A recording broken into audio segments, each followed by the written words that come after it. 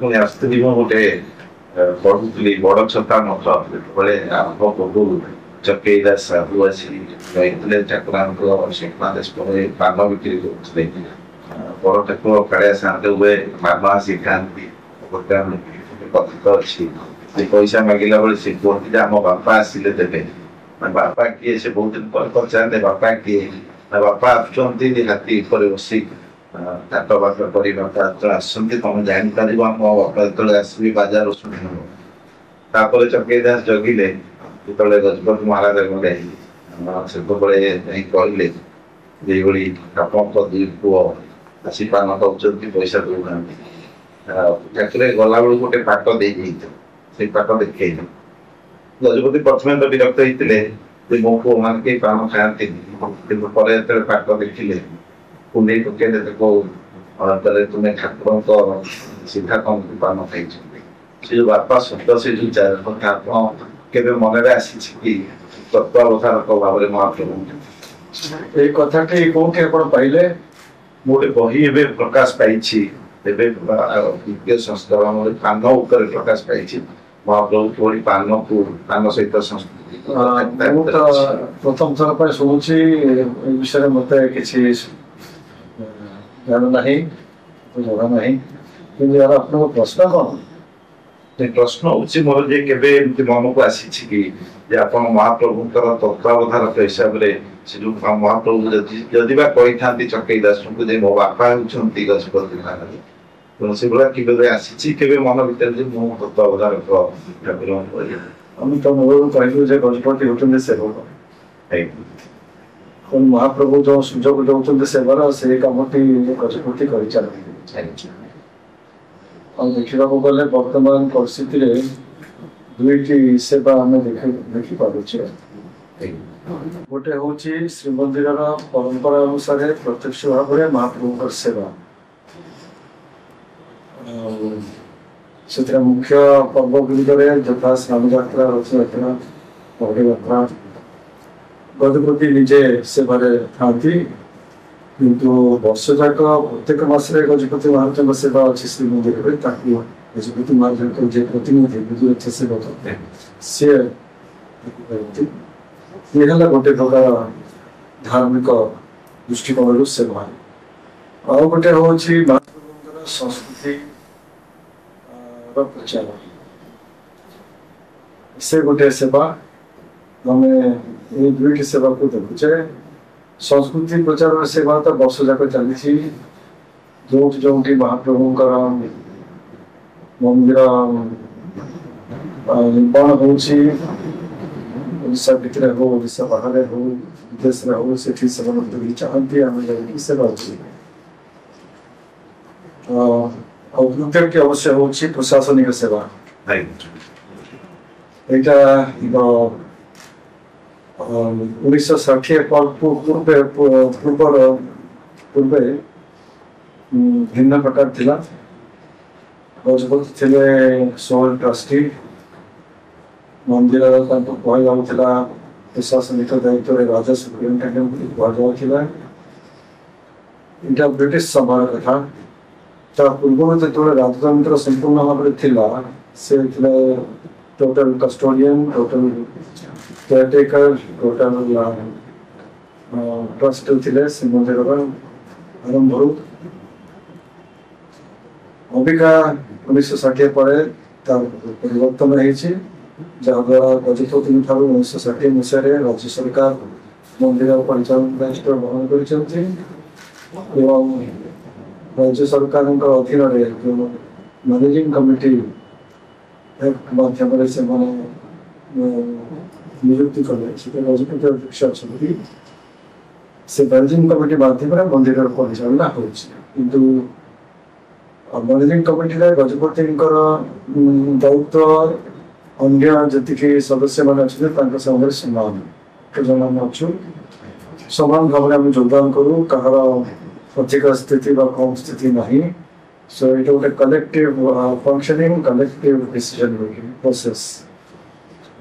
ତେଣୁ ପୂର୍ବ ଅପେକ୍ଷା ଏ ପ୍ରଶାସନିକ ସେବା ଗଜପତିଙ୍କର ବହୁତ ପରିବର୍ତ୍ତିତ ହେଇଯାଇଛି। ଆଉ ବର୍ତ୍ତମାନ ସମୟରେ ତାହା ହିଁ ଉତ୍ତମ। ସେତେବେଳକୁ ରାଜତନ୍ତ୍ର ଥିଲା। ଗଜପତି ମନ୍ଦିର ପରିଚାଳନା କରିବାରେ ତାଙ୍କର ସାମର୍ଥ୍ୟ ଥିଲା, ଯୋଗ୍ୟତା ଥିଲା, ଅଧିକାର ଥିଲା। କିନ୍ତୁ ବର୍ତ୍ତମାନ ଗଜପତି ଆପଣଙ୍କ ଭଳି ଜଣେ ଭାରତର ନାଗରିକ ଆଉ ସବୁଯାକ ପ୍ରଶାସନିକ ଦାୟିତ୍ୱ, କ୍ଷମତା, ଅଧିକାର ରହୁଛି ରାଜ୍ୟ ସରକାରଙ୍କର। ମହାପ୍ରଭୁଙ୍କର ମନ୍ଦିର କିଏ ସମ୍ଭାଳିବ? ଯାହାଙ୍କ ପାଖରେ ରାଜ୍ୟର ସମ୍ପୂର୍ଣ୍ଣ କ୍ଷମତା ରହିଛି, ସେ ହିଁ ବାସ୍ତବରେ ମହାପ୍ରଭୁଙ୍କର ମୂଳ ମନ୍ଦିରକୁ ସମ୍ଭାଳିବ। ମୋର ବି ପରବର୍ତ୍ତୀ ଗୋଟେ ପ୍ରଶ୍ନ ଥିଲା, ତାର ଉତ୍ତର ପାଇକି ଦିଆଯାଇଥିଲେ। ପ୍ରଶ୍ନ ଥିଲା ଯେ ଗଜପତି ମହାରାଜାଙ୍କର ଅଧିକାର ସଂକୁଚିତ ହେଉଛି, କିନ୍ତୁ ତାର ଉତ୍ତର ପାଇକି ବ୍ୟବସ୍ଥା ଚାଲିଛି ତାହା ଅତି ଉତ୍ତମ ବୋଲି ପାଇଲେ। ଆଉ ଗୋଟେ କଥା ରୁହେ, ସମସ୍ତେ ଆମେ ଜାଣୁ ମୁଁ ଟିକେ ସ୍ପଷ୍ଟ କରିଦେଉଛି, ଗଜପତିଙ୍କର ଯେଉଁ ଅଧିକାର ବା ଦାୟିତ୍ୱ ରହୁଛି ସେଇଟାକୁ ଆମେ ଯଦି ଆରମ୍ଭରୁ ଇତିହାସ ଦେଖିବା ଅବିକା ପର୍ଯ୍ୟନ୍ତ ସେଟା ଦୁଇ କ୍ଷେତ୍ରରେ ବିଭକ୍ତ ଆମେ କରିପାରିବା। ଗୋଟେ ହେଉଛି ଧାର୍ମିକ ଆଉ ଗୋଟେ ହେଉଛି ପ୍ରଶାସନିକ। ଧାର୍ମିକ କ୍ଷେତ୍ରରେ ଯାହା ସବୁ ପରମ୍ପରା ରହିଆସିଛି ଯୁଗ ଯୁଗ ଧରି, ଅନ୍ତତଃ 800 ବର୍ଷ ଧରି ତ ନିଶ୍ଚିତ ଭାବରେ ଆମେ କହିବା କି ସେ ମନ୍ଦିର ନିର୍ମାଣ ଠାରୁ ସେଥିରେ କୌଣସି ପରିବର୍ତ୍ତନ ନାହିଁ। 700, 800, 600, 500 ବର୍ଷ ପୂର୍ବେ ଗଜପତି ମାନେ ଯେମିତି ମହାପ୍ରଭୁଙ୍କ ସେବା କରୁଥିଲେ, ସେ ସେବାଟା ବର୍ତ୍ତମାନ କୌଣସି ପରିବର୍ତ୍ତନ ନ ହୋଇ ସେଇଭଳିଆ ପରମ୍ପରା ବିଷୟରେ ଚାଲିଛି। କିନ୍ତୁ ପ୍ରଶାସନିକ କ୍ଷେତ୍ରରେ ସମ୍ପୂର୍ଣ୍ଣ ପରିବର୍ତ୍ତନ ହେଇଛି ଯେମିତି ଗୋଟେ କଥା ସାଧାରଣ ଥାଏ ଯେ ଯେତେବେଳେ କୌଣସି ବିଭ୍ରାଟ ଆସେ କିମ୍ବା କୌଣସି ବିପତ୍ତି ଆସେ, ମହାପ୍ରଭୁଙ୍କର ଗୋଟେ ସ୍ୱପ୍ନାଦେଶ ହେଇଥାଏ କିନ୍ତୁ ଗଜପତି ସେ ଅନୁସାରେ କାର୍ଯ୍ୟ କରନ୍ତି। ପୂର୍ବ ଅବଶ୍ୟ ସେ କଥାଟା ଅଧିକ ଥିଲା, ଏବେ ବି ଆମେ ବିଶ୍ୱାସ କରୁ। ସେଭଳି କିଛି ଅନୁଭବ ଆପଣଙ୍କର ରହିଛି? କେତେ ବର୍ଷ ଧରି ମହାପ୍ରଭୁଙ୍କ ସେବାରେ ଅଛନ୍ତି ଆପଣ, ପ୍ରତ୍ୟକ୍ଷ ଅନୁଭୂତି ଅନୁଭବ କିଛି ରହିଛନ୍ତି? ପୂର୍ବରେ କ'ଣ ହେଇଥିବ ଗଜପତି ମାନଙ୍କର ଆମେ କହିପାରିବା ନାହିଁ। ଗୋଟେ କଥା ନିଶ୍ଚିତ ଯେ ଯିଏ ମହାପ୍ରଭୁଙ୍କର ପରମ ଭକ୍ତ, ସେଇଭଳିଆ ସ୍ଥିତିରେ ସେ ପହଞ୍ଚି ପାରିଛନ୍ତି। ହୁଏତ ମହାପ୍ରଭୁ ତାଙ୍କୁ ସେ ଭଳିଆ ସୂଚନା ଦେଇଥିଲେ, ସମ୍ଭବ। ଆମର ଶାସ୍ତ୍ର ମାନଙ୍କରେ ବି ସେହା ଅଛି। ଏଇ ଗଜପତିଙ୍କର ସ୍ଥିତି ଏଭଳିଆ ଯେ ସ୍ୱପ୍ନ ଯଦି କିଛି ଆସେ ତାହା ସାଙ୍ଗେ ସାଙ୍ଗେ ଆମେ ଭୁଲିଯାଉ। ଆଉ ଆମେ ତ ଦେଖୁ ଯେ ଯାହା ପ୍ରତ୍ୟକ୍ଷରେ ହେଇ ଚାଲିଛି, ବିଶ୍ୱ କୁହନ୍ତୁ, ଭାରତ କୁହନ୍ତୁ, ବିଶ୍ୱ କୁହନ୍ତୁ, ସେ ସବୁ ମହାପ୍ରଭୁଙ୍କର ଆଦେଶ ଅନୁସାରେ ଚାଲିଛି। ମହାପ୍ରଭୁଙ୍କର ବିନା ଆଦେଶ ଅନୁମତି କିଛି ସମ୍ଭବ ନାହିଁ। ଆମେ କଳିଯୁଗରେ ଅଛୁ, ତେଣୁ କଳିଯୁଗର କାହାଣୀ ଆପଣ ଦେଖିବାକୁ ପାଉଛନ୍ତି। ମହାପ୍ରଭୁଙ୍କର ବରାଦ, ମହାପ୍ରଭୁଙ୍କ ବିନା ବରାଦ କିଛି ସମ୍ଭବ ହେଇପାରିବ ନାହିଁ। ଯାହା ଘଟି ଚାଲିଛି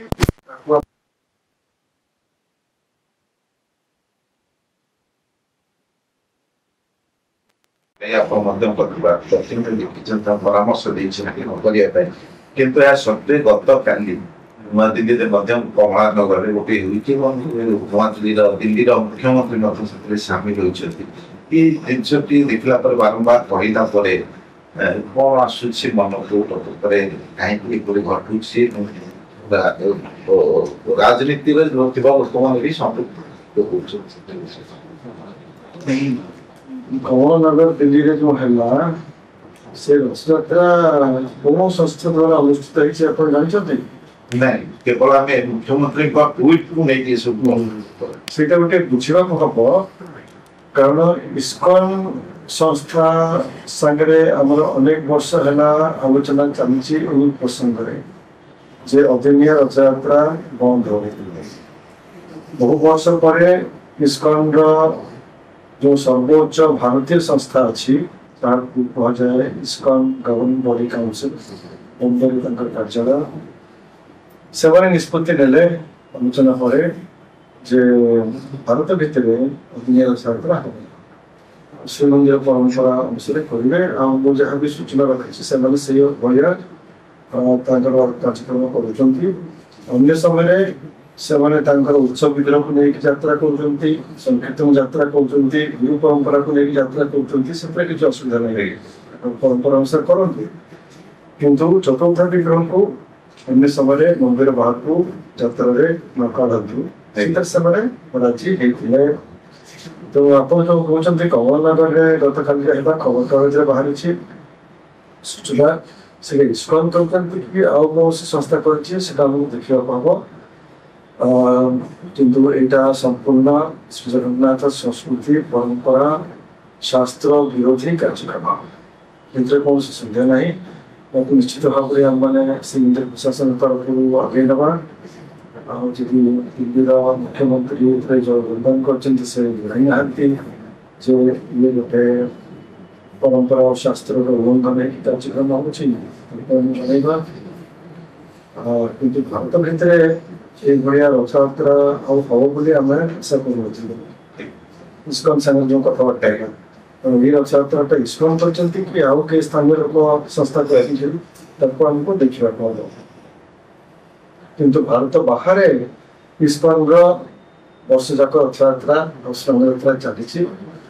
ସେଥିପାଇଁ ଇସ୍କନର ମୂଳ ସଂସ୍ଥା ମୂଳ ପୀଠ ମାୟାପୁର ୱେଷ୍ଟବେଙ୍ଗଲରେ ନାହିଁ, ସେଠି ଯୋଉ ଗଭର୍ଣ୍ଣିଂ ବଡି କମିଶନର୍ସର ଗୋଟେ ସଂସ୍ଥା ଅଛି, ମୂଳ ସଂସ୍ଥା, ସେମାନେ ଯେତେ ପର୍ଯ୍ୟନ୍ତ ନିଷ୍ପତ୍ତି ନେଇନାହାନ୍ତି ଅଦିନିଆ ରଥଯାତ୍ରା ବନ୍ଦ କରିବା ପାଇଁ, ସେତେ ପର୍ଯ୍ୟନ୍ତ ଭାରତ ବାହାରେ ଅଦିନିଆ ରଥଯାତ୍ରା ବନ୍ଦ ହବ ନାହିଁ। ତେଣୁ ସେଇ ଇସ୍କନର ମୂଳ ସଂସ୍ଥା ଗଭର୍ଣ୍ଣିଂ ବଡି କମିଶନ ସହିତ ଶ୍ରୀମନ୍ଦିର ପ୍ରଶାସନ ତରଫରୁ ଆଲୋଚନା ଆରମ୍ଭ ହେଇସାରିଛି। ବହୁତ ଆଗରୁ ଚାଲିଥିଲା, ତାକୁ ପୁନର୍ବାର ଡିସେମ୍ବର 2024ରେ ଆଉଥରେ ଆରମ୍ଭ କରାଯାଇଛି। ଆଉ ମାର୍ଚ୍ଚ 20 ଭୁବନେଶ୍ୱରରେ ଇସ୍କନର ବିଦ୍ୱାନ ମାନେ ଶ୍ରୀମନ୍ଦିର ତରଫରୁ ବିଦ୍ୱାନ ପଣ୍ଡିତମାନେ ବସିକି ଏ ବିଷୟରେ ଚର୍ଚ୍ଚା କରିଛନ୍ତି। ଆଉ ସେଇ ଚର୍ଚ୍ଚାରେ ମଧ୍ୟ ଇସ୍କନର ଯେଉଁମାନେ ପ୍ରତିନିଧି କରୁଥିଲେ ଗଭର୍ଣ୍ଣିଂ ବଡି କମିଶନର ପ୍ରତିନିଧିମାନେ ପଣ୍ଡିତମାନେ ତାଙ୍କୁ ସ୍ପଷ୍ଟ ଭାବରେ ଶ୍ରୀମନ୍ଦିର ପ୍ରଶାସନ ତରଫରୁ କୁହାଗଲା ଯେ ମହାପ୍ରଭୁଙ୍କର ପରମ୍ପରା ରଥଯାତ୍ରା ହେଉଛି 9 ଦିନ, ଆଷାଢ଼ ଶୁକ୍ଳପକ୍ଷ ଦ୍ୱିତୀୟ ତିଥି ଆରମ୍ଭ ଏବଂ ଯାତ୍ରା ରଥଯାତ୍ରା ଟଣା ଶେଷ ଦଶମୀ ତିଥି। ତେଣୁ ଦ୍ୱିତୀୟ ଆଉ ଦଶମୀ ତିଥି ଭିତରେ ରଥ କରିପାରିବ, ତା ବାହାରି ସେଇଭଳିଆ ସ୍ନାନଯାତ୍ରା ହେଉଛି ମହାପ୍ରଭୁଙ୍କ ଆବିର୍ଭାବ ତିଥି ଜ୍ୟେଷ୍ଠ ପୂର୍ଣ୍ଣିମା। ଏସବୁ ସ୍କନ୍ଦ ପୁରାଣ ବ୍ରହ୍ମପୁରାଣ ଇତ୍ୟାଦିରେ ବିଭିନ୍ନ ଶାସ୍ତ୍ରରେ ବହୁତ ସ୍ପଷ୍ଟ ଭାବେ ଲେଖା ହେଇଛି। ଆଉ ଏମିତିକି ସ୍କନ୍ଦ ପୁରାଣରେ ଲେଖା ହେଇଛି ଯେ ମହାପ୍ରଭୁ ଜଗନ୍ନାଥ ବ୍ରହ୍ମାଙ୍କର ଦ୍ୱାରା ଆଦି ମନ୍ଦିର ପ୍ରତିଷ୍ଠା ହେବା ପରେ ଯେଉଁଟା ହେଉଛି ଦ୍ୱିତୀୟ ମନ୍ୱନ୍ତର, ସେ ନିଜେ ଘୋଷଣା କରିଛନ୍ତି ଯେ ଏଇ ତିଥିରେ ମୋର ସ୍ନାନଯାତ୍ରା କରିବ, ଏଇ ତିଥିରେ ମୋର ରଥଯାତ୍ରା କରିବ, ତାକୁ ଉଲ୍ଲଂଘନ କରିବା ପ୍ରଶ୍ନ ହିଁ ନାହିଁ। ଏଇଟା ଯେଉଁ ଏଇ ଚାଲିଛି, ଆମେ ଆଶା କରୁ ଯେ ଆମର ପଣ୍ଡିତମାନଙ୍କର ବର୍ତ୍ତମାନ ଆଲୋଚନା ଚାଲିଛି ଉଭୟ ପକ୍ଷର। ଇସ୍କନ ପଣ୍ଡିତମାନେ ତାଙ୍କର ମତ ଉପସ୍ଥାପନା କରିସାରିଛନ୍ତି ଶ୍ରୀମନ୍ଦିର ପ୍ରଶାସନ ପାଖରେ।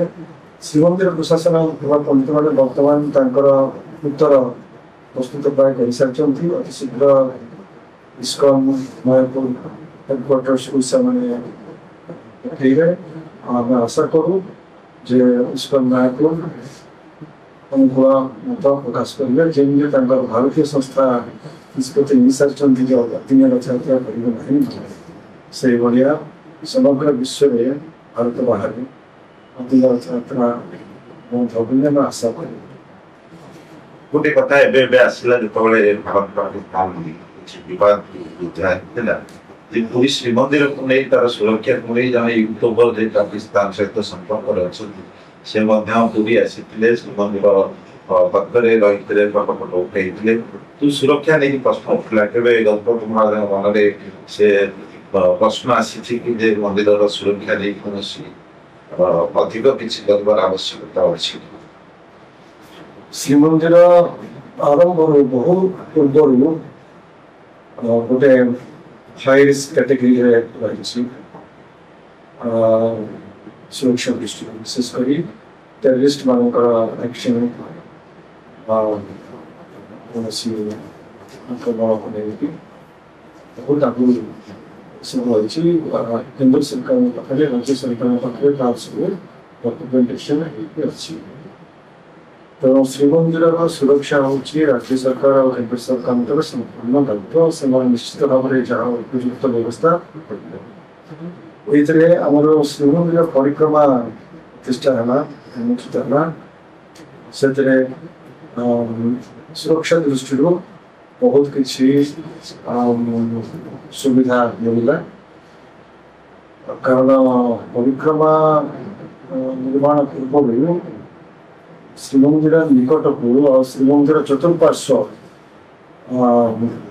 एम्बुलेंस गाड़ी सुविधा बुली पड़ता बड़ा सिक्योरिटी गाड़ी कौन तो फायर ब्रिगेड का कौन तो पहुंचार असुविधा था बर्तमान से सब बहुत सुविधा हो श्रीमंदिर परिक्रमा गोटे मूल लक्ष्य रोचे श्रीमंदिर सुरक्षा और बाकी सब जाक व्यवस्था जहाँ अच्छी से निश्चित भाव में राज्य सरकार और केंद्र सरकार करेंगे से सुविधा ना भाया श्रीगुंडीचा यात्रा बहड़ यात्रा भाया विशेष तिथि मानक जहाँ जहाँ उपयुक्त सुरक्षा दृष्टि व्यवस्था सरकार निश्चित भाव करेंगे और विशेषकर 2 वर्ष यात्रा हो पाकिस्तान सहित जो बर्तमान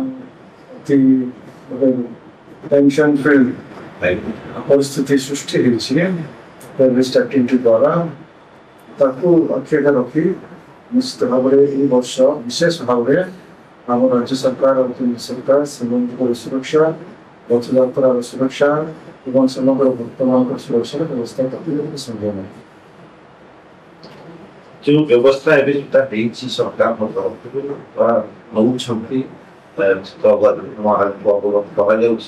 परिचालना कमिटी आप सन्तुष्ट अच्छे ये हूँ गोटे प्रोफेशनल व्यवस्था है जो मैंने अधिकारी मैंने अच्छा क्षेत्र में जो मान एक्सपर्टाइज अच्छी प्रोफेशनल एक्सपीरियंस अच्छी से मैंने आपको यार उत्तर दे पारे आमको निश्चय भरोसा करने हम निर्भर करने हम कारण समस्ते ये उद्यम करेंगे जे श्रीमंदिर और श्रीमंदिर महान यात्रा संपूर्ण भाव में सुरक्षित ये कौन से कंप्रोमाइज कहीं करेंगे ना तो निश्चित भाव में आम जो मैंने अधिकारी मैंने दायित्व अच्छे सुरक्षा दायित्व राज्य सरकार स्तर में कहते केंद्र सरकार स्तर में कहते से यार संपूर्ण एकदम व्यवस्था करेंगे कौन सी सुविधा नहीं कथा श्रीमंदिर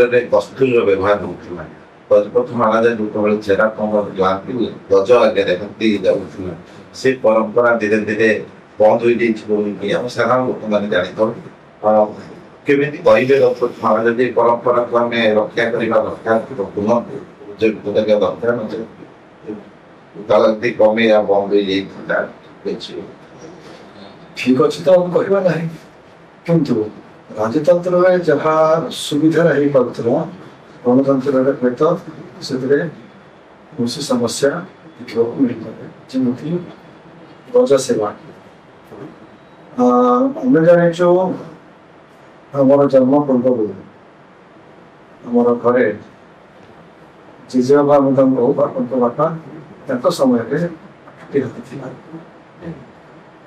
जेहेतु महाराजा निजे से हाथी मान रक्षणात्मक सुविधा सुविधा से हाथी मैंने महाप्रभु यात्रा सेवा दूसरे आमर जन्म पर आम देखलु 3टी हाथी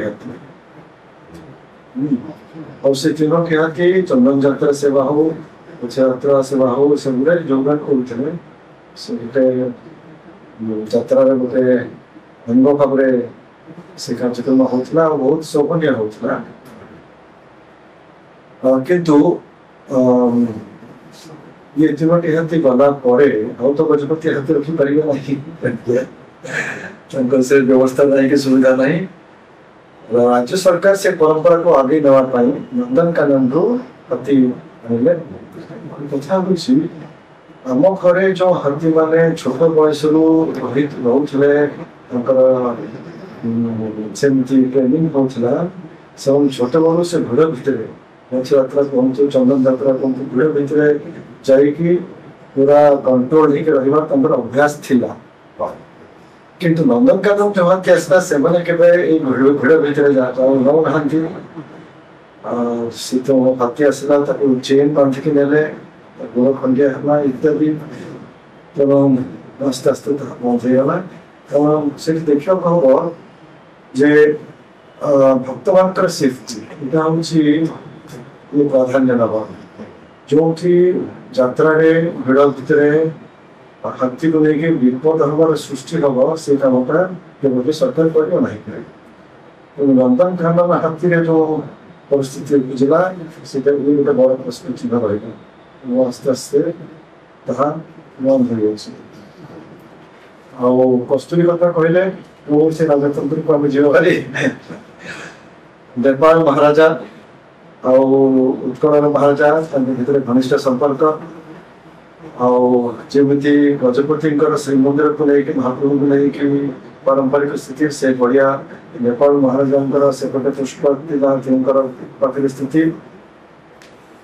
तेणु धार्मिक दृष्टि उभय राजतंत्र अति सुंदर भाव प्रतिष्ठित थे एवं नेपाल महाराजा जहाँ गोटे सामग्री दरकार होता विशेषकर कस्तूरी जगह बहुत पुरातन समय किंतु सेठी भी राजतंत्र लोप हो गला आउ सरकार द्वारा सेठी नेपाल में कस्तूरी आने भी कटकणा हो गला आईन दृष्टि तेणु ये सब नहीं समस्या उठीला समय परिवर्तन अनुसार आमको किसी जिन ग्रहण करने हम बर्तमान कस्तूरी समस्या कौन ए वर्ष कौन है सूचना आसे ना ये गोटे समस्या कि समय को देखिकी जहाँ संभव ताकि आम कर वो समय देखा जाए मंदिर में किसी विभ्राट हुए सामान्य त्रुटि विभ्राट देखा जाए बाहर आसे ता व्यतीत करे ना महाराज आपन कौन व्यतीत करे ना कि समस्त जगन्नाथ प्रेमी को व्यतीत कर कारण ये महाप्रभु चतुर्धादाव विग्रह ये साधारण विग्रह भक्ति साधारण देवभक्ति भक्ति ये होते स्वयं परमात्मा इटा स्पष्ट हो आम महर्षि वेदव्यास रचित पुराण गुड़िक अध्ययन कर तेणु परमात्मा जो सेवा पूजा आवाहन काल खंजा कहीं खंजा कारण से परमात्मा परमेश्वर परम ब्रह्म ये भाया सेवा पूजा बोधे अन्य कौन मंदिर में नहीं विश्व कारण यहाँ हूँ परमात्मा स्थान परमात्मा निजे ये उपस्थित तेणु सेवा पूजा कौन त्रुटि कौन विलंब इत्यादि होगा कथा आम सेवक भाई मैंने चेष्टित से प्रशासन और राज्य सरकार चेष्टित कि जेहेतु ये सेवा पूजा गोटे बहुत बृहद ढांचा बृहद व्यवस्था या प्रत्येक दिन जो आम परिचालना करवा पालन करवा केवल किसी न किसी विलंब हो जाए विभिन्न कारण किसी त्रुटि भी हो जाए कारण सेवक मान संख्या अनेक बर्तमान 2,500 शाढ़ीबंधा सेवक बाहर आहरी 2,000 3,000 शाढ़ीबंधा सेवक नुहति सेवाओं वित्तीय संख्यक सेवक मान सेवा हुए समस्त तो समान नुहति कहारी कहारी किसी भूल हो जाए किंतु आम कहवा आम सेवक भाई मैंने आंतरिकता सह महाप्रभु सेवा ठीक समय हम ठीक भाव हम से चेष्टित गोटे कथा 2 दिन तले बोधे गणपति महाराज तीर्थर रथ यात्रा भक्त माने महाप्रभु ठीक भाव देखिपारे से भल कही कौ कर्म दृष्टि पड़े भल भाव दर्शन होगा जरूरी आवश्यक आप प्रत्येक वर्ष देखुं जे ଚତୁର୍ଦ୍ଧାମୂର୍ତ୍ତି ତାଙ୍କର ନିଜ ନିଜ ରଥ ଉପରେ ବିରାଜମାନ କଲା ପରେ ଅନେକ ସେବକ ସାମ୍ନାରେ ଠିଆ ହେଇଯାନ୍ତି, ଯାହାଦ୍ୱାରା ଭକ୍ତମାନେ ବରଦାଣ୍ଡରୁ ହଉ ବା ଆପଣଙ୍କର ଇଲେକ୍ଟ୍ରୋନିକ ଚ୍ୟାନେଲ ମାଧ୍ୟମରେ ହଉ ସ୍ପଷ୍ଟ ଦର୍ଶନ କରିପାରନ୍ତି। ସେ ଭଳିଆ ରଥ ଟଣା ବେଳକୁ ମଧ୍ୟ ଭଗବାନଙ୍କର ଦର୍ଶନ ହେଇପାରେ ନାହିଁ। ରଥର ଯେଉଁ ପରିକ୍ରମା ଥାଏ ଚାରିଆଡ଼େ ସେବକମାନେ ଠିଆ ରହିଛନ୍ତି। ସାମ୍ନାରେ ତ ଘଣ୍ଟମାନେ ରହିବେ ନିଶ୍ଚିତ ଭାବରେ, ତାଙ୍କୁ କୁହାଯାଇଛି ସୀମିତ ସଂଖ୍ୟକ ଘଣ୍ଟୁଆ ପରମ୍ପରା ଅନୁସାରେ, ଆଉ ସେମାନେ ଏମିତି ଭାବରେ ଠିଆ ହେବେ ଯେମିତି ମହାପ୍ରଭୁଙ୍କର ସାମ୍ନାରୁ ସ୍ପଷ୍ଟ ଦର୍ଶନ ହେଇପାରିବ। ଆଉ ଘୋଡ଼ାରେ ଆମର ଗ୍ରାହକ ନିଷ୍ଠା ରହିବେ। କିନ୍ତୁ ତା ବ୍ୟତୀତ ଆମର ଦଳିତ ସେବକ ଯାହାଙ୍କର ଦାୟିତ୍ୱ ରହୁଛି ମହାପ୍ରଭୁଙ୍କର ଶ୍ରୀଅଙ୍ଗର ସୁରକ୍ଷା, ସେମାନେ ନିଶ୍ଚୟ ମହାପ୍ରଭୁଙ୍କ ପାଖରେ ରହିବେ। ରଥଟା ଚାଲିଲା ବେଳକୁ ଯେମିତି କୌଣସି ଦୁର୍ଘଟନା ନ ହୁଏ, ଅସୁବିଧା ନ ହୁଏ। କିନ୍ତୁ ଆମେ ସଦାବେଳେ ନିବେଦନ କରିଛୁ ଯେ ପ୍ରଶାସନ ତରଫରୁ ନିବେଦନ ହେଇଛି ଯେ ମହାପ୍ରଭୁଙ୍କ ଭୋଜ ଭିତରେ ରୁହନ୍ତୁ ନାହିଁ, ମହାପ୍ରଭୁଙ୍କୁ ପିଠି କେହି ବସନ୍ତୁ ନାହିଁ, ମହାପ୍ରଭୁଙ୍କ ସମ୍ମୁଖରେ ଛିଡ଼ା ହୁଅନ୍ତୁ ନାହିଁ। ଏସବୁ ସେମାନଙ୍କୁ ନିବେଦନ କରାହେଇଛି। ଆମର ଗୋଟେ ବ୍ୟବସ୍ଥା ଭଳି ବି ଛପା ହୁଏ ପ୍ରତ୍ୟେକ ରଥଯାତ୍ରା ସମୟରେ ବନ୍ଧାଯାଏ, ସେଥିରେ ଏସବୁ କଥା ସ୍ପଷ୍ଟ ଭାବେ ଲେଖାଯାଇଛି। ବଳିତାପତି ସେବକ ଅନ୍ୟ ସେବକ ମାନଙ୍କୁ ଏସବୁ ସେଇଭଳିଆ ସୁନାମ ସୁସଂବାଦ ମଧ୍ୟ ଯେମିତି ମହାପ୍ରଭୁଙ୍କର ଦର୍ଶନ ସମସ୍ତେ ସ୍ପଷ୍ଟ ଭାବେ କରିପାରିବେ। ଦେଖନ୍ତୁ ସୁନାବେଶରେ ଦେଖନ୍ତୁ ଆପଣଙ୍କର ଲୋକମାନେ ଭକ୍ତମାନେ ବରଦାଣ୍ଡରେ ଆସୁଛନ୍ତି, 1 କିଲୋମିଟର 1 କିଲୋମିଟର ଦୂରରୁ ଭିଡ଼ ଭିତରେ ପଶି ଆଉ ଯେତେବେଳେ ସେମାନେ ରଥ ସାମ୍ନାରେ ଆସୁଛନ୍ତି ସେ ମାତ୍ର କିଛି ମିନିଟ ରହିପାରୁଛନ୍ତି, ତାପରେ ପେଲା ହେଇକି ଯାଉଛନ୍ତି। ସେଇ ମିନିଟ ଭିତରେ ଯଦି କିଏ ଆସିଯାଏ ମହାପ୍ରଭୁ ସାମ୍ନାରେ, ସେମାନେ ଯେଉଁ ଘଣ୍ଟେ ଧରିକି ଧାଡ଼ିରେ ଭିଡ଼ ଭିତରେ ଆସିଛନ୍ତି ସେମାନେ ମହାପ୍ରଭୁ ଦର୍ଶନ ପାଇପାରିବେ। ତେଣୁ ଏସବୁ କଥା ସବୁ ସେବକ ଭାଇମାନଙ୍କୁ କୁହାଯାଇଛି। ଆଉ ଆମେ ଆଶା କରୁ ଯେ ଚଳିତ ବର୍ଷ ମହାପ୍ରଭୁଙ୍କର ଦର୍ଶନ ରଥ ଉପରେ ଯେମିତି ସମସ୍ତ ଭକ୍ତ ଉତ୍ତମ ଭାବରେ ପାଇବେ ସେମାନେ ସମ୍ପୂର୍ଣ୍ଣ ଚେଷ୍ଟା କରିବେ। ଗତ ଥର ରଥଯାତ୍ରା ସମୟରେ ଚାରମାଳ ଉପରେ ପଡ଼ିଗଲେ, ତାର ମଧ୍ୟ ତଦନ୍ତ ନିର୍ଦ୍ଦେଶ ପ୍ରଶାସନ ଦେଇଥିଲା, କିନ୍ତୁ କୌଣସି ତଦନ୍ତ କୌଣସି ବ୍ୟବସ୍ଥା ହେଲା ନାହିଁ, ଦଣ୍ଡନୀୟ ବ୍ୟବସ୍ଥା ହେଲା ନାହିଁ। ତାପରେ କ'ଣ କହିବେ? ଅଘଟଣ ଯେଉଁ ଘଟିଲା ତାକୁ ନେଇକି ଥିଲା 3 ଜଣିଆ ଅଧିକାରୀମାନଙ୍କୁ ନେଇକି ଗୋଟେ ଇନକ୍ୱାରି ଟିମ୍ କରାଗଲା। ସେମାନେ ଆମର ସମ୍ପୃକ୍ତ ସେବକମାନଙ୍କ ସାଙ୍ଗରେ ଆଲୋଚନା କରି ସମ୍ପୃକ୍ତ ଅଧିକାରୀମାନଙ୍କ ସାଙ୍ଗରେ ଆଲୋଚନା କରିକି ତାଙ୍କ ରିପୋର୍ଟ ଦେଲେ ମ୍ୟାନେଜିଂ କମିଟି। ହେଇଯିବ ପ୍ରାୟ ବର୍ଷରୁ ଅଧିକ ହେଇଛି। ସେଇ ଘଟଣା ପରେ ବୋଧେ 2 ମାସ ଭିତରେ ସେମାନେ ରିପୋର୍ଟ ଦେଇଥିବେ, କିନ୍ତୁ ସେ ରିପୋର୍ଟଟା ସନ୍ତୋଷଜନକ ମନେ କଲେ ନାହିଁ ମ୍ୟାନେଜିଂ କମିଟି। ଆଉ ସେ କମିଟି କହିଲେ ଯେ ପୁନର୍ବାର ଅନୁସନ୍ଧାନ କରିକି ପୂର୍ଣ୍ଣାଙ୍ଗ ରିପୋର୍ଟ ଦିଅ। ସେ ରିପୋର୍ଟ ସେମାନେ ପ୍ରସ୍ତୁତ କରିକି ଦେଲା ବେଳକୁ ମ୍ୟାନେଜିଂ କମିଟି ଆମର ନଥିଲା। ମ୍ୟାନେଜିଂ କମିଟି ସେପ୍ଟେମ୍ବର ଆରମ୍ଭରେ ଖୋଲିଯାଇଥିଲା। ସେଟା ସେ ମନ୍ଦିର ମୁଖ୍ୟ ପ୍ରଶାସକଙ୍କୁ ପ୍ରଦାନ କରାଗଲା। ଆଉ ସେ ରିପୋର୍ଟଟା ରଥଯାତ୍ରା ସ୍ନାନଯାତ୍ରାଟା ପ୍ରାୟ 15 ଦିନ ଆଗରୁ 20 ଦିନ ଆଗରୁ ଗୋଟେ ବୈଠକ ହେଇଥିଲା। ମ୍ୟାନେଜିଂ କମିଟିର ବୈଠକ ନୁହଁ, ସେଟା ଉଚ୍ଚସ୍ତରୀୟ ପ୍ରଶାସନିକ ବୈଠକ, ଯେଉଁଥିରେ ମ୍ୟାନେଜିଂ କମିଟିର ଯେଉଁ ପ୍ରଶାସନିକ ଅଧିକାରୀମାନେ ଅଛନ୍ତି ଆଉ ଗଜପତି ଅଛନ୍ତି ଅଧ୍ୟକ୍ଷ ଭାବରେ, ସେମାନେ ଯୋଗଦାନ କରିଥିଲେ। ମ୍ୟାନେଜିଂ କମିଟି ବୈଠକ ତ ହେଇପାରିବ ନାହିଁ କାରଣ ତାର କୋରମ୍ ନାହିଁ। 10 ଜଣ ନମିନେଟେଡ୍ ମେମ୍ବର୍ସ ଆସିଲେ ଯାଇକି ମ୍ୟାନେଜିଂ କମିଟିରେ କୋରମ୍ ହେବ। ମ୍ୟାନେଜିଂ କମିଟି କିନ୍ତୁ ପ୍ରଶାସନିକ ବୈଠକ ହେଇପାରିବ। କିନ୍ତୁ ସେ ପ୍ରଶାସନିକ ବୈଠକରେ ଯେଉଁ ତୃତୀୟ ରିପୋର୍ଟ ବ୍ୟବହାର ଅଧିକାରୀମାନେ ଦେଲେ ତାକୁ ତର୍ଜମା ହେଲା, ତାପରେ ଆଲୋଚନା ହେଲା, ବିଶଦ ଆଲୋଚନା ହେଲା ଏବଂ ସେ ଆଲୋଚନା ଅନୁସାରେ ଆମର ମୁଖ୍ୟ ପ୍ରଶାସକ ଏବଂ ଉପମୁଖ୍ୟ ପ୍ରଶାସକ ସେମାନେ ଆମର ବୈଠକ ନିଯୋଗ ଏବଂ ହିନ୍ଦୁ ନିଯୋଗ ଯେଉଁମାନେ ଗ୍ରହଣୀ ସହିତ ସମ୍ପୃକ୍ତ ତାଙ୍କ ସେମାନେ ବିଶଦ ଆଲୋଚନା ବାରମ୍ବାର କରିଛନ୍ତି ଏବଂ ସେ କମିଟି ରିପୋର୍ଟରେ ଯାହା ଯାହା ପ୍ରସ୍ତାବ ଦିଆହେଇଛି ତାକୁ ସେମାନେ ଆଗେଇ ନେଉଛନ୍ତି। ତେଣୁ ବ୍ୟବସ୍ଥା ସମ୍ପୂର୍ଣ୍ଣ ଭାବରେ ଏଥରକ ନିଆହେଇଛି। ଗତ ବର୍ଷର ଘଟଣାକୁ ନେଇକି ଯାହା କିଛି ଶିକ୍ଷା ପାଇବା କଥା, ଯାହା କିଛି भूल त्रुटि दूर पे महाप्रभुଙ୍କର ଶ୍ରମଣ ତ ଉତ୍ତମ ଭାବରେ ହେଲା ପହଞ୍ଚି ସେ ଅସୁବିଧା ହେଲା ନାହିଁ।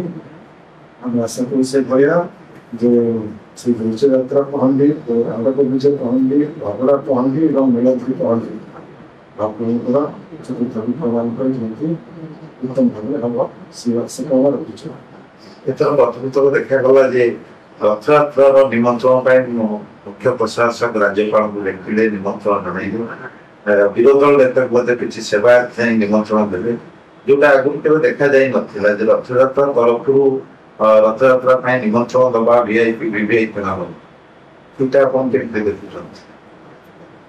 ଆମର ରଥଯାତ୍ରାରେ ବିଶେଷ କରି ଶ୍ରୀ ଗୁରୁଚ ଯାତ୍ରାରେ मुख्यमंत्री गवर्नर केंद्रमंत्री अन्यमंत्री आसिक योगदान करते निमंत्रण आगु जाऊता कि नहीं मत जमा ना तो यहाँ आमर इंडिया मान विश्व जी जगन्नाथ प्रेमी भक्त मैंने अच्छा निर्वाचन मुख्य पर्व तेना स्वाभाविक जो आम जगन्नाथ हूँ मुख्यमंत्री हूँ अन्यमंत्री हूँ केन्द्र स्तरीय मंत्री भी आसपारती आनंदर कथा अति स्वागत योग्य से आसिक योगदान करेंगे महाप्रभु मान कर आनंदर कथा कि निमंत्रण विधिवत भाव में जाकि दवाटा ये विषय आम सूचना कथा कि प्रचार एमती हुए जे बालिका वचन रही महाप्रभु 22/5 मिन खेल महाप्रभु छत्या को चलिए ये सब कथा लोक कथा रही लोक भितर रही गजपति महाराज राज्य सेवक भट्ट मैंने चलचित्र ग्रहण करूँ कौन कहे या कथा गुड़ रही कथा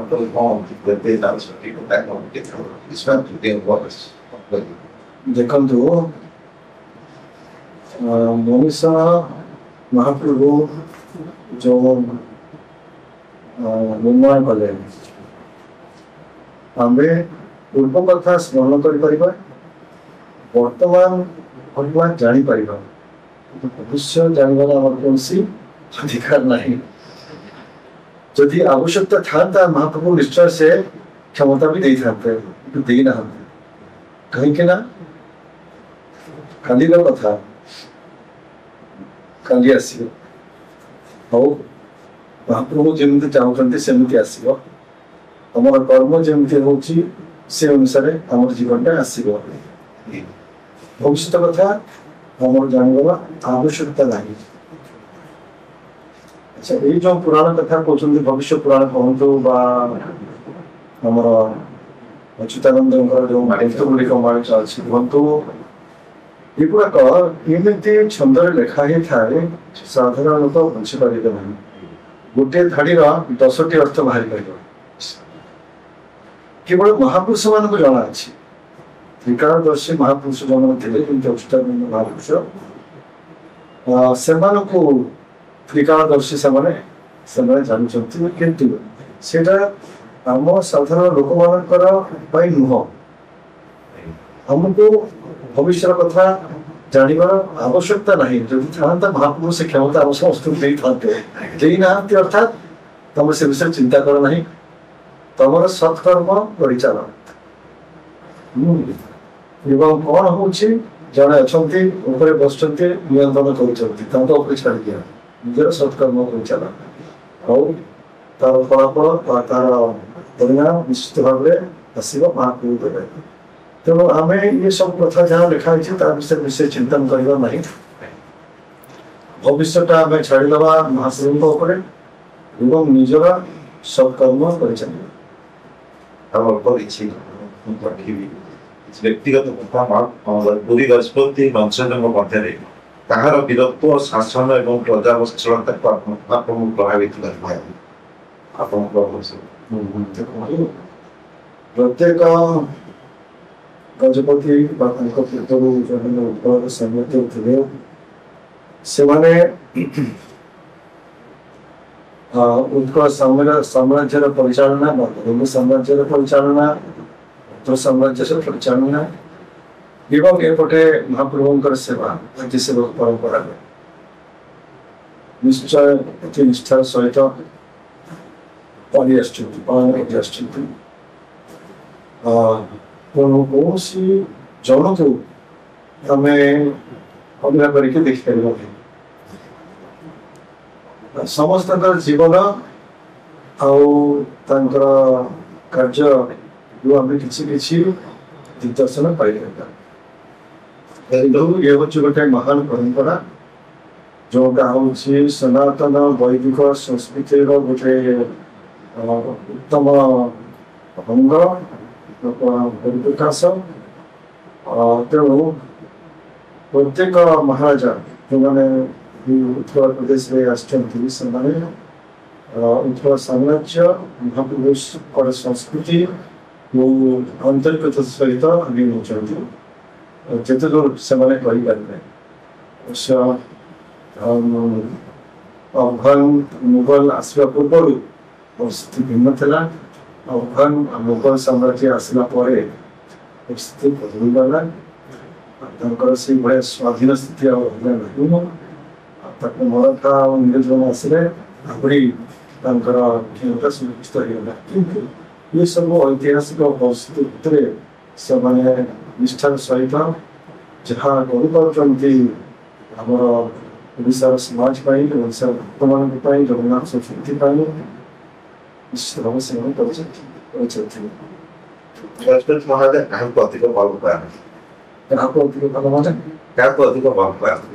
ମହାରାଜାମାନଙ୍କ ଭିତରେ ନାଇଁ ନାଇଁ, ବର୍ତ୍ତମାନର ସମାଜ ପରିବାର ବୁଝିଲେ କିମ୍ବା ମହାପ୍ରଭୁଙ୍କ ପାଖରେ କାହାକୁ ଅଧିକ ଭଲ ପାଆନ୍ତି? ମହାରାଜାଙ୍କ ଭଲ ପାଇବା ଥାଏ। ଦେଖନ୍ତୁ ଆପଣ ଗଜପତିଙ୍କ କଥା ଛାଡ଼ି ଦିଅନ୍ତୁ। ସାଧାରଣ ମନୁଷ୍ୟ ଭାବରେ ଆମେ ଭଲ ପାଇବା ସବୁଠୁ ଅଧିକ ମହାପ୍ରଭୁ। ଯିଏ ଯୋଉ ମହାପ୍ରଭୁଙ୍କୁ ଯୋଉ ଉପରେ ଦେଖୁଛି ଯେ ମହାପ୍ରଭୁ ଅର୍ଥାତ୍ ପରମାତ୍ମା ପରମେଶ୍ୱର କୌଣସି ଗୋଟେ ଅବତାର ଭାବରେ ନୁହଁ।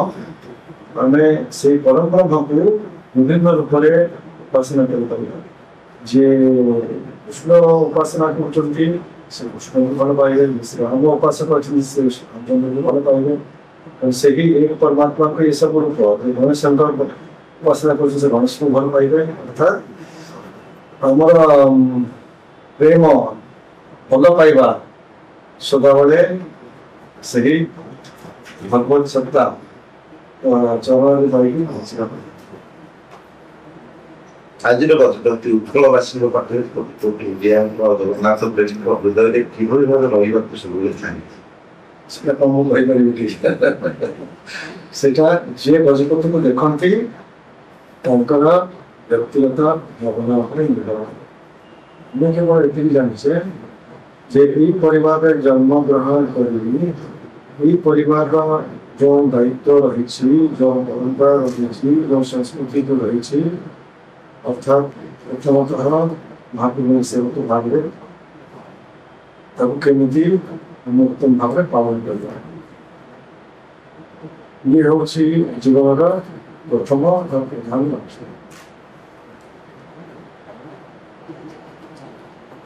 ଗଜପତି ମହାରାଜଙ୍କ କିଛି ଅବସାଦ ଅଛି? କିଛି ନାହିଁ।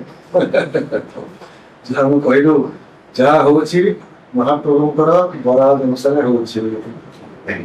ସେଥିରେ ଭଲ ବି ହଉଛି ମନ୍ଦ ବି ହଉଛି। ଯେମିତି ଦିନ ବି ଅଛି ଆଉ ରାତି ବି ଅଛି। ସୁଖ ଆସୁଛି ମଧ୍ୟ ଆସୁଛି। ସେ ସବୁ କାହାର ବ୍ୟବସ୍ଥା, କାହାର ନିୟନ୍ତ୍ରଣରେ? ମହାପ୍ରଭୁ। ତାକୁ ଆମେ ଗ୍ରହଣ କରିବାକୁ ହବ, ସ୍ୱୀକାର କରିବାକୁ ହବ। ସେ ସବୁଦିନେ ସେଇ ପ୍ରଶ୍ନ ଥାଏ ସବୁ ମନରେ, କିଏ ହେବେ ଏ ବଂଶର ଏ ଭବ୍ୟ ଏ ଦିବ୍ୟ ପରମ୍ପରାର ଉତ୍ତରାଧିକାରୀ? ତ ବାରମ୍ବାର କହି ଆସୁଛି ଗଜପତି ମାନେ ମାଲିକ ନୁହନ୍ତି। ଗଜପତି ମାନେ ହେଉଛନ୍ତି ସେବକ।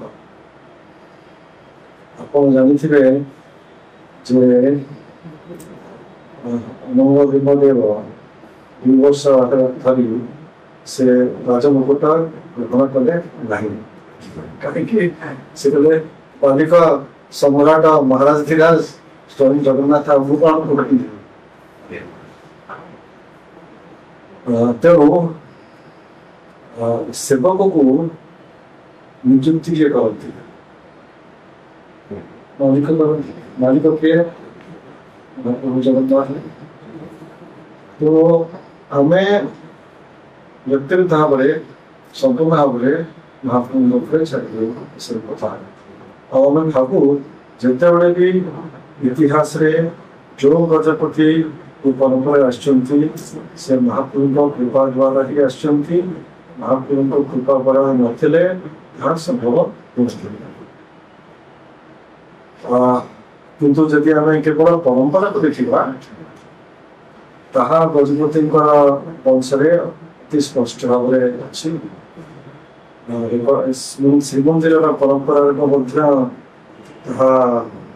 स्पष्ट भाव में अच्छी कारण रेकर्ड ऑफ राइट्स जोटा श्रीमंदिर परंपरा गोटे कंपाइलेशन लिखाई जे केवल ज्येष्ठ पुत्र सेवार आस जदि ज्येष्ठ पुत्र नहांती जदि पुत्र ही नहांती ज्येष्ठ पुत्र द्वितीय पुत्र तृतीय पुत्र जदि पुत्र ही नहांती पोष्य पुत्र इतिहास अनेक थर गजपति माने पोष्य पुत्र जमी आमर जेजेबाबा बापा ग्रैंडफादर फादर मुकुंददेव महाराजा कौन संतान तेणु से पवना राज परिवार जो होती गंगवंशी से जेजेबाबा पुष्यपुत्र आनिले दिवस से भाया पूर्व भी आमर नाम थारी आमर नाम जो पूर्व गजपति दिव्य सिंह देव तृतीय आम हेलु चतुर्थ। दिव्य सिंह देव तृतीय सानखेमडी राज परिवार से भी गंगवंशी सानखेमडी राज परिवार पोष्यपुत्र है स्थान को आसते से गजपति महाराजा वीरकिशोर देव कौन रक्षा नथिले से पोष्यपुत्र से परिवार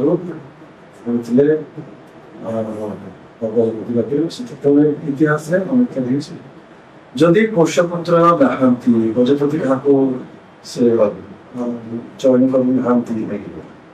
कर जीव न्याचुरल लॉ ऑफ सक्सेशन प्राय अनेक राज परिवार केवल भारत भारत बाहर भी प्रचलित जे राजा नथिले कौन सक्सेसर से अधिक बसई नहांती ताहले सेटा जीव तांको भाई भाई बाबू भाई नहांती जीव तांकर पुत्र भाई को जदि भाई नहांती तांकर पुत्र को जीव भाई का पुत्र नहांती तांको पुत्र को जीव भाया जो गोटे न्याचुरल लाइन ऑफ सक्सेशन राज परिवार रे सेटा लागो भावुंट से परंपरा कहल महाप्रभु को छाड़देवा जहाँ हम से महाप्रभु ही से व्यवस्था करेंगे से व्यवस्था कम ना झील मैंने सेवा कर देखो विश्व में अनेक राज परिवार भाया परंपरा अच्छी जे राजा महाराजा जदि पुत्र नहांती अन्य अच्छा कन्या भी राज्य होती जमी आम ब्रिटिश परंपरा इंग्लैंड परंपरा से अन्य स्थान भी अच्छी विश्व भारत भीतर भी कौटी ओडिशा देखा पाचे कि राजपरिवार बर्तमान चली किंतु जेहेतु गजपति परंपरा श्रीमंदिर नीति सहित संपृक्त श्रीमंदिर परंपरा सहित जड़ित हमको श्रीमंदिर परंपरा अनुसार गजपति परंपरा को नवा व्यतिक्रम कर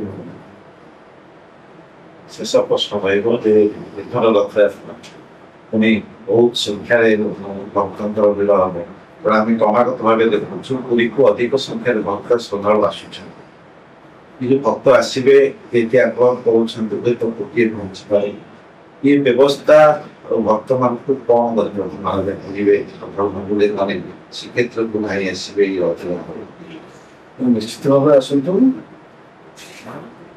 भक्त मान संपूर्ण अधिकार अच्छी महाप्रभु दर्शन कर श्रीक्षेत्र को आसवे निजर जीवन को धन्य करतिथि चारि धाम मध्य अन्यतम मुख्य धाम कहले तृप्ति हम ना किंतु से भाया व्यवस्था यातायात व्यवस्था रमण की व्यवस्था और सब बड़ कथा हूँ दर्शन व्यवस्था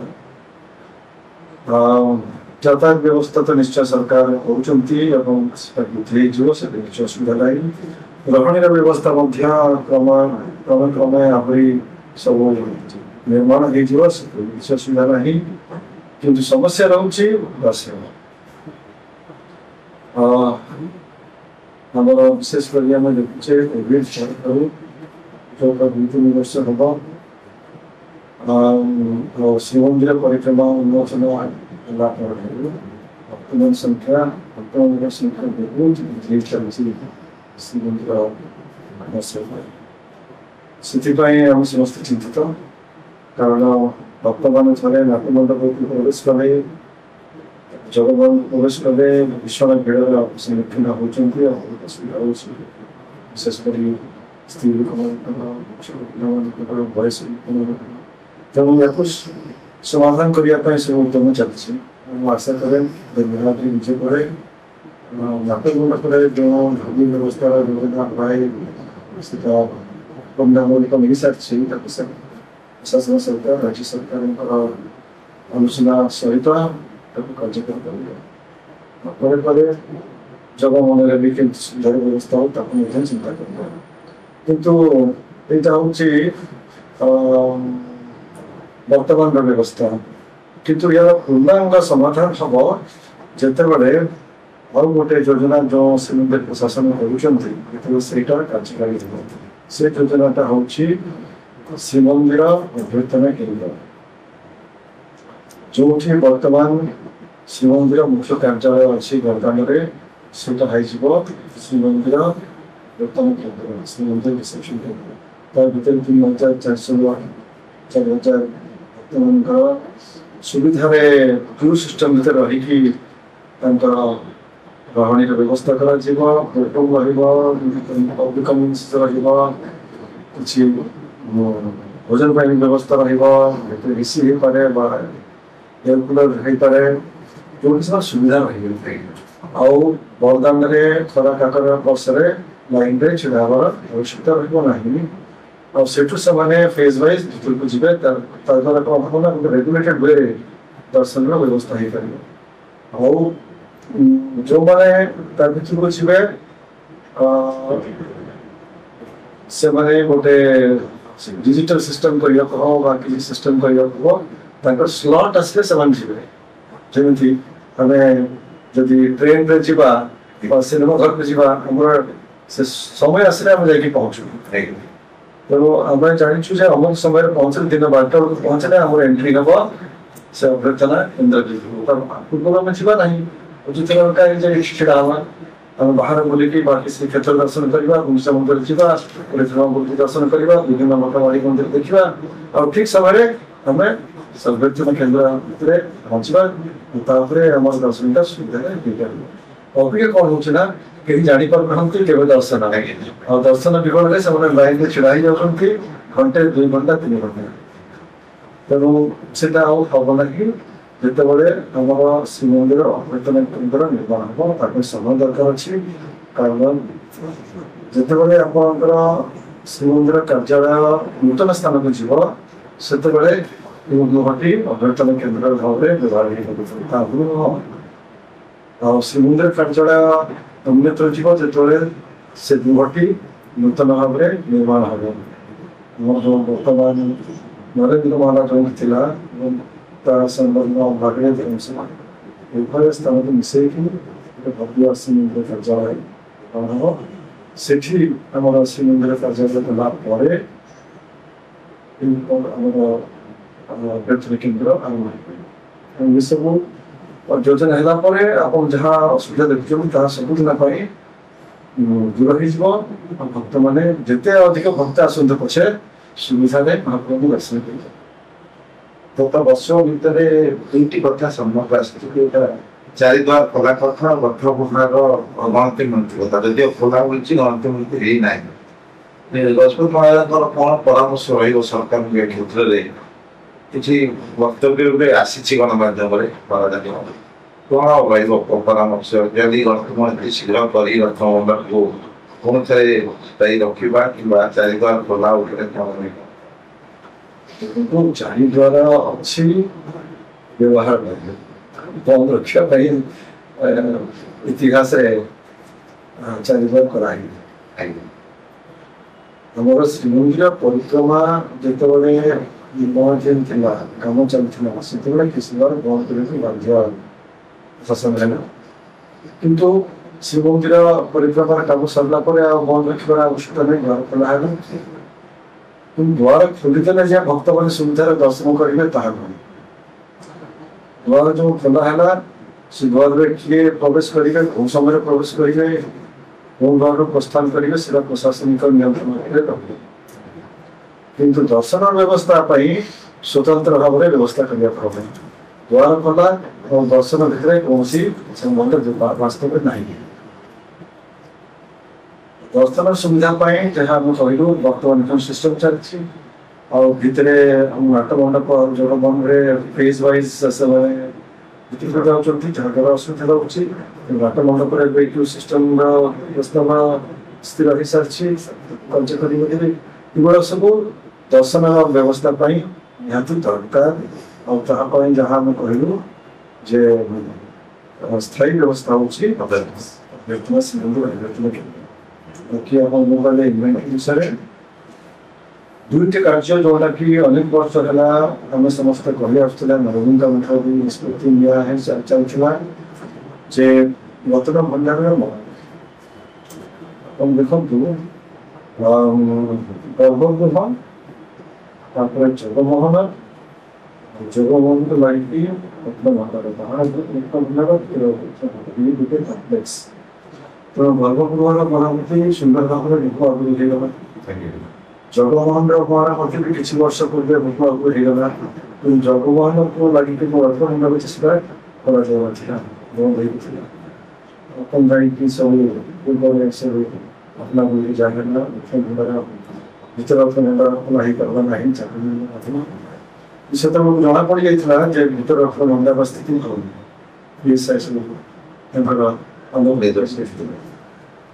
ତ ରତ୍ନ ଭଣ୍ଡାର ମରାମତି କାର୍ଯ୍ୟ ଯୋଉ ଏଇଟା ହାତକୁ ନିଆଗଲା ଆଉ ପ୍ରାୟ ପୂର୍ଣ୍ଣାଙ୍ଗ ଅବସ୍ଥାରେ ଅଛି। ଏଇଟା ନିହାତି ଆବଶ୍ୟକ କାର୍ଯ୍ୟ ଥିଲା, ବହୁତ ଗୁରୁତ୍ୱପୂର୍ଣ୍ଣ ମହତ୍ୱପୂର୍ଣ୍ଣ କାର୍ଯ୍ୟ ଥିଲା, ଯୋଉଟା ବର୍ତ୍ତମାନ ଚାଲିଛି। ରତ୍ନ ଭଣ୍ଡାର ମରାମତି ପରେ ଆମର ଗଣତି ନୀତି ଆରମ୍ଭ। ବର୍ତ୍ତମାନ ମହାପ୍ରଭୁଙ୍କ ସମସ୍ତଙ୍କର ଯାହା ବାହାର ଭଣ୍ଡାର ଆଉ ଭିତର ରତ୍ନ ଭଣ୍ଡାର ବାହାରିଲା, ତାକୁ ଜଗମୋହନରେ ଟେମ୍ପୋରାରୀ ଭଣ୍ଡାର କରିକି ରଖାଯାଇଛି, ସୁରକ୍ଷିତ ଭାବରେ ରଖାଯାଇଛି। ସେଗୁଡ଼ାକ ରତ୍ନ ଭଣ୍ଡାର ଭିତରକୁ ଯିବ, ଦେଖିବା ରତ୍ନ ଭଣ୍ଡାର ମରାମତି ସରିବ। ଆମେ ଆଶା କରୁ ଯେ ନୀଳାଦ୍ରି ବିଜେ ଭିତରେ ESI ଯେଉଁମାନେ ଦାୟିତ୍ୱ ଅଛନ୍ତି, ESI ଦକ୍ଷିଣ ମରାମତିର ସେମାନେ ତାଙ୍କର କାର୍ଯ୍ୟକ୍ରମ ସମ୍ପୂର୍ଣ୍ଣ କରିକି ପ୍ରଶାସନକୁ ଜଣାଇବେ। ପ୍ରଶାସନ ସୂଚନା ପାଇଲା ପରେ ମହାପ୍ରଭୁଙ୍କର ଅଳଙ୍କାର ଗୁଡ଼ିକ ଅଛି, ତାକୁ ସ୍ଥାୟୀ ରତ୍ନ ଭଣ୍ଡାରକୁ ମହାପ୍ରଭୁଙ୍କର ବାହାର ଭଣ୍ଡାର ଆଉ ଭିତର ରତ୍ନ ଭଣ୍ଡାରକୁ ମିଶିବେ। ସେଠି ନେଲା ପରେ ଯେଉଁ ସରକାର ଗୋଟେ ୟା ପାଇଁ ସ୍ପେଶାଲ କମିଟି କରିଛନ୍ତି, ଇନଭେଣ୍ଟରାଇଜେସନ ପାଇଁ, ସେ କମିଟି ଦାୟିତ୍ୱରେ ଆସିକି ଇନଭେଣ୍ଟରାଇଜେସନ କରିବେ। ପୁଣି କାମଟା ନିଶ୍ଚିତ ଭାବରେ ହେବ, କୌଣସି ସନ୍ଦେହ ନାହିଁ। କିନ୍ତୁ ସେଟା ହେବ କେତେବେଳକୁ, ଯେତେବେଳେ ESI ତାଙ୍କର କାମ ସାରିକି ସେଠି ବାହାରିଯିବେ। ତାପରେ ପରେ ଅତି ଶୀଘ୍ର ଇନଭେଣ୍ଟରାଇଜେସନ କାମ ଆରମ୍ଭ ହୋଇଯିବ। ଆଉ ଏଇ କାମଟା ନିଶ୍ଚିତ ଭାବରେ ସମୟ ଲାଗିବ, ଭାବରେ କରିବାକୁ ହେବ। ଆଉ ତାର ଡିଜିଟାଇଜେସନ କରିବାକୁ ହେବ। ଆଜିକାଲି ସବୁ ଲେଟେଷ୍ଟ ଟେକ୍ନିକ ସବୁ ଲଗେଇକି ତାର ପ୍ରତ୍ୟେକ ଆଇଟମର ଫୁଲ୍ ଡିଟେଲିଂ ରହିବ, ଯୋଉଟାକି ପୂର୍ବରୁ ନଥିଲା। ସେତେବେଳେ ଡିଜିଟାଇଜେସନ କମ୍ପ୍ୟୁଟରାଇଜେସନର କୌଣସି ବ୍ୟବସ୍ଥା ନଥିଲା। ଅବିକା ଏସବୁ ଆଧୁନିକ ଟେକ୍ନୋଲୋଜି ଲଗେଇ ସବୁ ଜିନିଷର डिटेलिंग भाव में रेकर्डिंग हम है सरकार तापर निष्पत्ति ने पब्लिक डॉक्यूमेंटेशन भाव में रखे ना केवल गवर्नमेंट रेकर्ड भाव से सरकार सरकार निष्पत्ति ने किंतु पूर्व जहाँ होता जिते राज्य सरकार गजपति को मंदिर दायित्व ने से जो गोटे इन्वेंटराइजेशन होता जो रेकर्ड ऑफ राइट्स अच्छी जो ऑफिशियल गजेट में पब्लिश होती तालिका अच्छी दृष्टि रखी हुए तो राज्य सरकार निष्पत्ति नहीं पारती में सरकार ऑफिशियल गजेट भी पब्लिश कर निष्पत्ति राज्य सरकार गोटे कथा देखा जाए गजपति महाराज महाप्रभु जाति धर्म वर्ण ऊपर सब समय तेरे कहीं बेले बेले प्रश्न आसे श्रीमंदिर भर को अन्य कौन धर्म लोक छड़ा जाए केवल हिंदू धर्म छड़ा व्यवस्था परिवर्तन आवश्यकता आसूची श्रीमंदिर परंपरा अति स्पष्ट शह शह वर्ष धरी प्रचलित केवल हिंदू माने श्रीमंदिर भर को अर्थात जो द्वार अच्छे श्रीमंदिर को चारिद्वार प्रवेश कहीं खाली अनुमान कर इतिहास को देखा 1400 शताब्दी मुगल समय आक्रमण आरंभ फिरोज शाह तुगलक द्वारा प्रथम आक्रमण उत्कल प्रदेश अवशेषे कोई प्रवेश करना कटक बारवाटी जो भव्य मंदिर था जगन्नाथ मंदिर ताकू से ध्वंस कर भाविले जगन्नाथ मंदिर फेरीगले किंतु गोटे आक्रमण चलला मुगल मानकर पहाड़ विषय आप जानते कौन सब है मुगल मान समय आक्रमण विशेषकर औरंगजेब समय तो जिते बड़े 300-400 वर्ष धरी बारंबार बड़ हिंदू मैंने आसती आक्रमण करती मंदिर वंश भांगती जहाँ महाप्रभु संपूर्ण मंदिर भांगी पार ना विराट मंदिर से भाया बम फम बोधे नाला किंतु बहुत बहुत क्षति कले रत्न भंडार लुट कले महाप्रभु बड़ा पहाड़ टिके गला सब जानते तेणु या सत्वे कौन आप निमंत्रण करेंगे आप द्वार खोला अच्छी स्वाभाविक समस्ते कहे जे असुरक्षित मैंने आसिले सुरक्षा किसी ना मैंने ध्वंस करने को भक्तिर उपासना करने को मैंने आसुना हिंदू मैंने जिते बड़े 300-400 वर्ष 500 वर्ष पर्यंत रहा से गोटे परंपरार दृढ़ परंपरा रूप नहीं जाए परंपरा रूप नहीं जाए माने गोटे धार्मिक व्यवस्था भितर आसी अच्छा धार्मिक व्यवस्था भितर आसगले कौन ना जी आम धर्म गुरु सी परिवर्तन कर धर्मर व्यवस्था कौन सी परिवर्तन करने को चाहिए मैनेजिंग कमिटी करना प्रशासनिक संस्था धार्मिक संस्था नुह राज्य सरकार करना सिविल प्रशासनिक संस्था धार्मिक संस्था नुह कर किए ना मो धर्मगुरु किए परंपरा आदि शंकराचार्य द्वारा प्रतिष्ठित गोवर्धन पूजार शंकराचार्य परंपरा श्री जगन्नाथ संस्कृति परंपरा श्रीमंदिर परंपरा जगतगुरु शंकराचार्य गोवर्धन पूजार होती आदि गुरु आउर विद्वान मान संस्था हूँ मुक्तिमूलक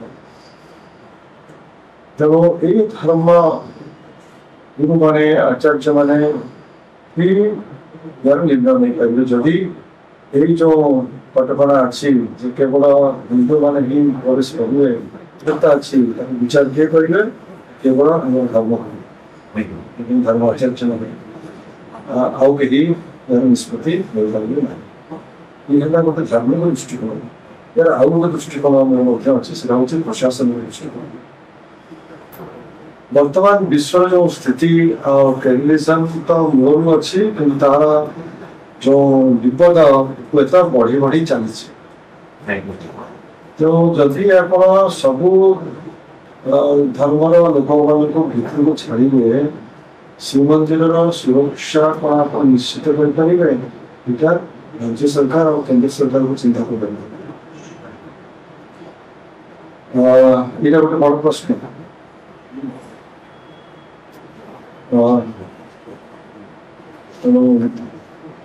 ये सब जिनस हाथ में नहीं प्रशासनिक दृष्टिकोण को राज्य सरकार केंद्र सरकार और धार्मिक दृष्टिकोण को जन संस्थान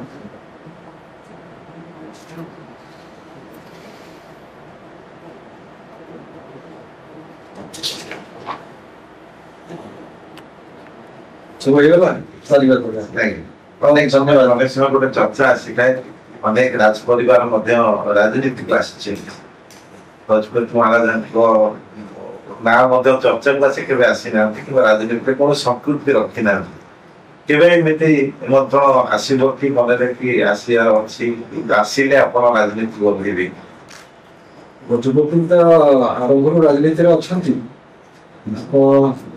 रथ यात्रा दिन कौन देखुं रथ यात्रा दिन कौन देखुं स्नान यात्रा दिन कौन देखुं गजपति जहाँ कर सेवा कौन कह जाए राजनीति वास्तव आम परंपरा तार ना हूँ राजनीति गजपति महाराज सेवा राजनीति कि से गोटे अलग प्रकार राजनीति धार्मिक राजनीति आप कहते आम समाज रे जो राजनीति चलती जेहेतु आम से राजनीति करुचे ये राजनीति को आसवाटा आम उचित मन करूना दुईट जिन संपूर्ण पृथक गोटे समय थिला ये दुईट जिन एक थिला केतला राजतंत्र गजपति जहाँ महाप्रभु पाखे नीति करते से भावना नहीं कि समाज सेवा करते वास्तव में जदि आम राजतंत्र दर्शन मूल विचार से महाप्रभु पाखे कहते धार्मिक नीति समाज रे आसिक भी से धार्मिक नीति कहते उभय समाज सेवा और महाप्रभु को सेवा धर्म प्रतिष्ठित से गोटे अभिन्न अंग थे बर्तमान ताहा नुह बर्तमान धार्मिक व्यवस्था गोटे पटे आम सेक्युलर प्रशासनिक व्यवस्था अन्य पटे लिंक नहीं से राजतंत्र रे कौन ना समग्र राज्यर भाई भौणी माने कौन ना रजांकर परिवार ठीक है दल नाला किंतु गणतंत्र कौन रजा जदि जी बीजेडी से बीजेपी हो पार ना कांग्रेस हो पार ना तो ये सब अलग हो गले से गजपति सेवारे गजपति समस्त महाप्रभु जगन्नाथ समस्त गजपति समस्त से गोटे गोष्ठी भितर सीमित हवाटा आइडेंटिफिकेशन हवाटा से समस्त समान भाव में अधिकार रोचे गजपति कहीं कांग्रेस गजपति हम कहीं बीजेपी गजपति हम ना ये गोटे गणतंत्र ये आउ खाऊ ना राजतंत्र से असुविधा नाला गणतंत्र से उचित से राजनीति को केवल गजपति जीतु ना केमती जा देखो जो आमर पिता श्रद्धा पिता जहाँ को ददई देहांत 1970 मसीह से बयस 70 आम